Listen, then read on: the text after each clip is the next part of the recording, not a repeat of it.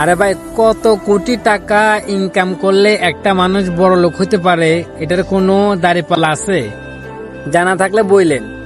আমার মতো কোনো দাঁড়িপাল্লা নাই। একটা মানুষ যদি মিলিয়ন টাকা পয়সা কামায়, তার থেকে আরো চাই, তখন মানুষ মনে করে যে টাকা পয়সা যখন কামানো হয়েছে, বিলাসিতা করে যখন চলতে পারে, যেটা চায় সেটা পাইতেছে, সে মনে করে সে সফল।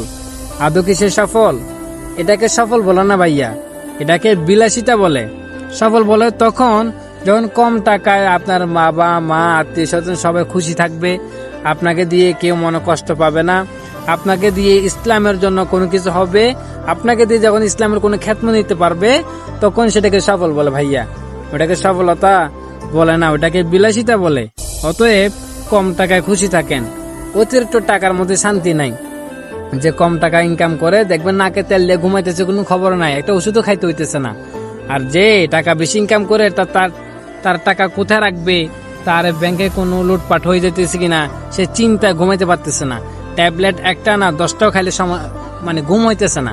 অতএব অল্পর মধ্যে সন্তুষ্ট থাকুন, আল্লাহর উপর শুকরিয়া আদায় করুন। আল্লাহ তাআলা বলতেছেন, যে শুকরিয়ার নিয়ামত আদায় করবে না, সে কখনো শান্তিতে থাকতে পারবে না। তার থেকে আমি আস্তে আস্তে নিয়ামতগুলো ছিনাই নেব। অতএব ভাইয়া, বিলাসিতা নয়, সফলতা খুঁজুন, তাও আবার টাকা পয়সা নয়, যাতে মানুষ শান্তিতে থাকে আপনাকে দিয়ে।